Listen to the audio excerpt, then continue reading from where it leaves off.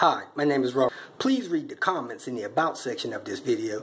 It has valuable information and updates. My YouTube channel has a disclaimer video that I encourage you to watch. And please like, share, and subscribe. I hope you found what you're looking for. Thank you very much for watching. Kicking off my daily grind.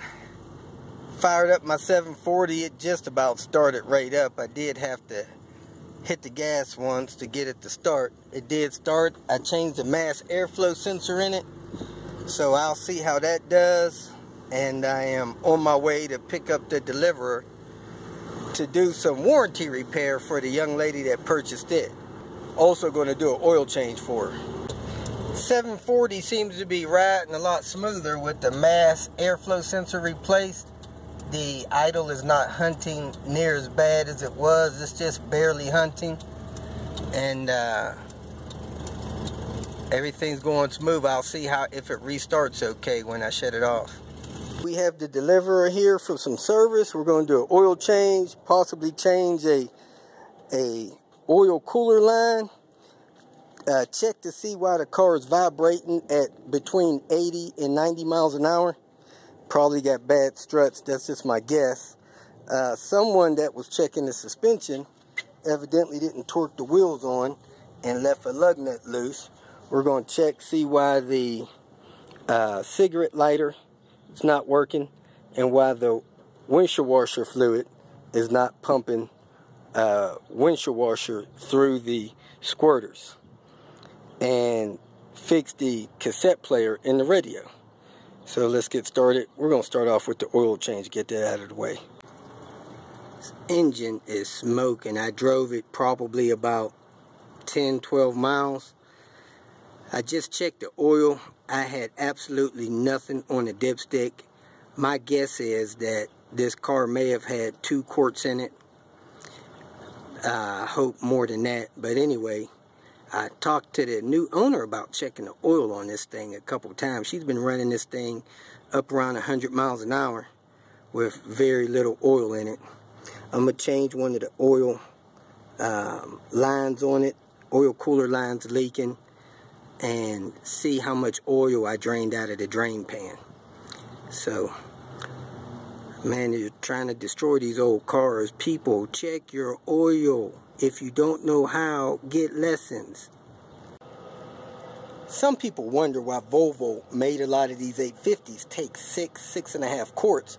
Some of them almost 7 quarts. And sad to say, probably the main reason why is because they figured people would neglect checking their oil and run them 4 quarts low. I just can't imagine it. I'm astonished. Over the past several weeks, probably 6 weeks, I've heard of at least 3 people having their car at least 4 quarts low on oil. It makes no sense to me. I don't understand it. Oil is to a car as blood is to a person. The only difference is our bodies are designed to replenish the blood automatically through our food, our intake of liquids and water and so forth. Unfortunately, the blood in a car, the oil in a car, has to be added by us. Now, for some reason, the engineers that designed this Volvo, when it was brand new, they had a thought that the oil level should be checked every time the car is refueled. This is especially important during the engine break-in period up to the first service level. Not checking the oil level regularly can result in serious engine damage if the oil level becomes too low. Then it shows you how to check the oil, changing the oil, and so forth. Then it has a picture of the oil level dipstick and where the oil level dipstick is located and so forth. If the manufacturer of a brand new vehicle thought it was pretty important or critical that you check the oil every time you get gas, why are people ignoring this for months and months on end? We'll drive thousands of miles and not check the oil, or better yet, not even know how to check it. It's blowing me away. It's sickening. It really angers me. We got the tape player working. Actually pulled the tape player unit out and the belt was broken. So we put a replacement belt on there and the tape player works good again. Next, we're going to find out why the cigarette lighter doesn't work. I'm going to check the number 30 fuse first. After I check the fuse, I'll go under it and make sure it's getting power if the fuse is good. As you can see, the number 30 fuse is blown. It's a 10 amp. I'm going to replace that, make sure it doesn't blow again, and test the outlet, make sure I get a charging sensation to my phone. When I look down into the outlet for this cigarette lighter, it does look kind of beat up a little bit, so it may be broken. I'll take a look at mine and compare it and go from there. Outlet was working, wiggled it around a little bit and it blew, so I'm going to go ahead and pull the outlet and replace it with one that I have and see if that fixes it. I got the cigarette lighter working. Next, I'm going to check a couple of light bulbs in this piece here, and the light bulb is up out of hand grip. Today we're looking at this Audi A4 Quattro to see if it has a bad turbo.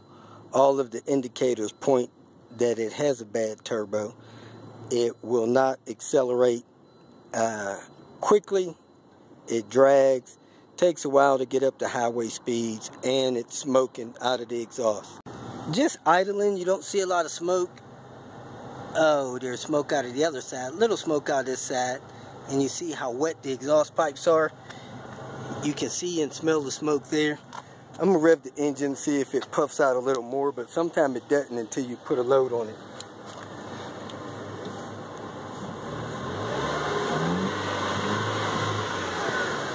You can see the smoke billowing out now, and it's trying to stall with the smoke, mainly because it's burning out of the turbo. Right now, I have the car floored, and you can see the smoke, but we're really not accelerating. We're in second gear, car smoking like a train, and we're only going about 20 miles an hour. It gives little hiccups to go, but as you can see, I'm leaving a trail of smoke behind me.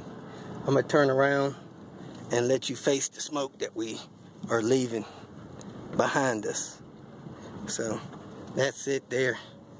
You can see all the smoke that it's leaving the whole time it's driving. This thing is horrible.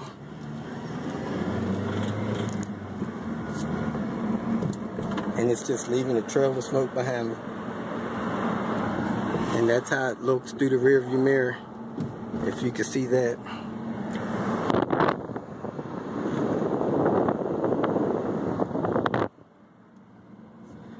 So that's how it looks when the turbo's bad.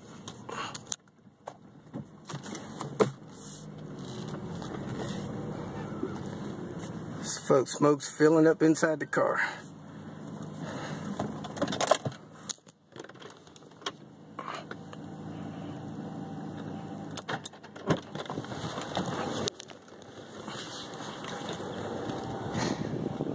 So we got smoke pouring out of both exhausts right now. So I'm going to see if I can find a turbo in the salvage yard. If not, I'll see if my buddy Nick Knight can rebuild it. My buddy was taking parts off of I think a 96 turbo wagon. He is coming up behind me now. Car has a blown head gasket, and he sat there and let it idle for 5 minutes, thinking he's gonna make it to his spot. So we're gonna follow him and see if he makes it. He's probably gonna break down. He's gonna try to drive 2 miles, so I'm gonna follow him. If he makes it, great. If not, I might have to tow him the rest of the way. Tailpipe starting to smoke, gray smoke. I told him not to let that car sit there and idle. He should have jumped in it, and got there. I think the oil is mixing with the coolant. The car was kind of beat up, but it had some really good parts on it. Had new front strut spring assemblies. It had brand new rotors on it all the way around, slotted and cross drilled, and a few other things that he got from it. It had brand new tailgate lifts on it, so he got those parts off of it. We got about 3/4 of a mile left. He might make it. It's not smoking that bad. He needs to get it about another 1/4 of a mile just past this traffic light on the left. So looks like he's gonna make it. Hell, he could drift from here. And this Mackey's towing service right here on the left. Yes, he made it. I was wondering a little bit. This video will express a few fuel pump problems that I have seen when going inside the tank on some vehicles and these Volvos. This fuel pump was just taken out of this Volvo, and look, the hose has been slid down the rod, the inner hose, and the hose actually has a crimp in it. That will cause fuel pressure problems. I also seen one that actually had a tear in this hose, which was causing performance problem. The car drove gutlessly. It did get up to speed, but because that tear in the hose was pumping fuel back into the tank, it had fuel pressure problems. I also seen one that I took out. One of these wires was broken. With a broken wire, the fuel pump wasn't cutting on, and that was a problem. So it will pay you some dividends to remove the fuel pump assembly and check for issues with the connection and wiring and the plumbing of the fuel pump assembly before you purchase a new assembly. Now up top here, you see it's got wires coming out of there. Sometimes you can see a date on the assembly. This one has been replaced, I suspect. It has an additional wire and some connections on it, but at any rate, if you have fuel pump delivery issues, you want to take the assembly out and check it before you go buying a new assembly. Have two more issues on the deliverer. One is the new owner said it's still leaking fuel. Number two, a CD gets stuck in the CD player. So let's start off with this fuel thing. I got under the car and I see that the clamp that connects the filler tube to the tank is rusted out. So I started digging around on it with a screwdriver, and man, this thing is really gone. So I went to the salvage yard and got another one, and that's how rusted that thing is away. And I do smell fuel, so maybe that's it. Let me get this replaced. It's got a 10mm there and one on the other side, and it's just a clamp that squeezes this assembly together. So let me see if that'll fix this. And as you can see, little to no rust on this one that I got from the salvage yard. So let me install that, see if it gets rid of our fuel leak and fumes. And it has a little drain hole there, so I'm going to put that on the bottom. So that's what's left of the clamp that clamped the filler neck to the fuel tank on this 96 Volvo 850. Came from the Ohio, Kentucky, Tennessee area. You may remember this vehicle had a noisy exhaust, and basically the joint here that normally has a clamp had a hole in it, and a little bit of the pipe was rusted. So I went to a muffler shop and they welded in a new piece, and no longer has a clamp, but it is whisper quiet. Probably could find this done cheaper, but this particular place charged me $80 to do that. After I got that quieted down, I got a new noise, and I don't know if you could tell there, but the heat shield over the muffler is now laying on the muffler. It may have been the whole time, and the hole in the tailpipe was drowning it out. But now I need to secure this heat shield, because it is falling down and it makes a rattling noise. So I'm going to put a couple of sheet metal screws in that and screw it to the floor of the vehicle. And that's how I'm going to fix that. Now that I'm under here, I noticed somebody had some kind of wire strapped alongside the muffler, which gets hot. So I'm going to move this wire off of the muffler, and I moved this zip tie over toward the outer side of the car. You can see where it was rubbing the muffler. That heat shouldn't be on this wire, whatever it is. If I had to guess, I would say it's probably tailgate wiring, but I'm going to tie it off the heat part of the muffler. I have the wire tied away from the muffler.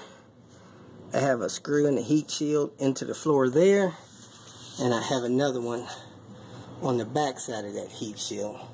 I don't know if you can see it or not. At any rate, I got the heat shield screwed to the floor, so it should be quiet, no more vibrations from the heat shield. Last but not least, I'm going to see why the CD player won't pull in CDs. I have another player in my car I'm going to test out real quick, and if it doesn't work, I'm going to swap out the CD player in this vehicle. Okay, we're at the gas station filling it up. Going to see if it leaks any fuel this time. It supposedly leaked last few times it was filled up.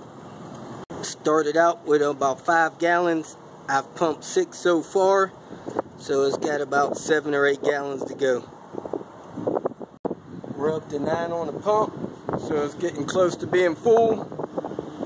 Once it clicks first time, you're supposed to stop it. Still running.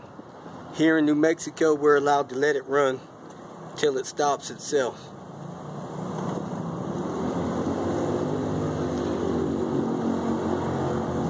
It's got to be ready to stop any second now.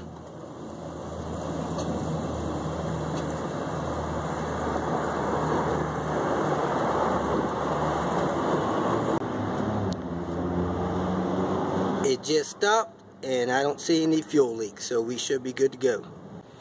That's all I have for now until I get a radio that works properly. Done with the deliverer again. In this video, we're going to troubleshoot and figure out why the rear hatch is not locking, or unlocking, I should say, on this 98 Cross Country V70. The owner already swapped out a lock assembly, or plugged a different lock assembly in, and it didn't unlock either. So normally the problem is somewhere in the wiring in the hinge area. So we're going to test the wiring from the hinge area out to the latch assembly to see if there's any break in any of the wires. All of these wires are color coded, so what you need to do is follow the color of the wire up to this plug here, and you can back probe them, see if you can find any breaks in the wire. If not, you'll have to close the hatch and try it again. But sometimes there's a break in the wire from it bending over the years.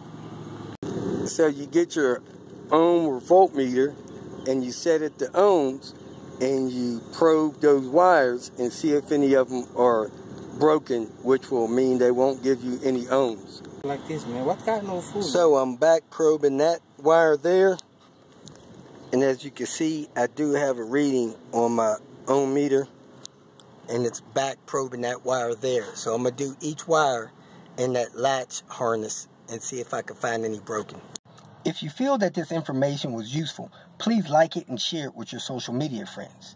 You can subscribe to my channel so that you will get notifications of future videos that I post.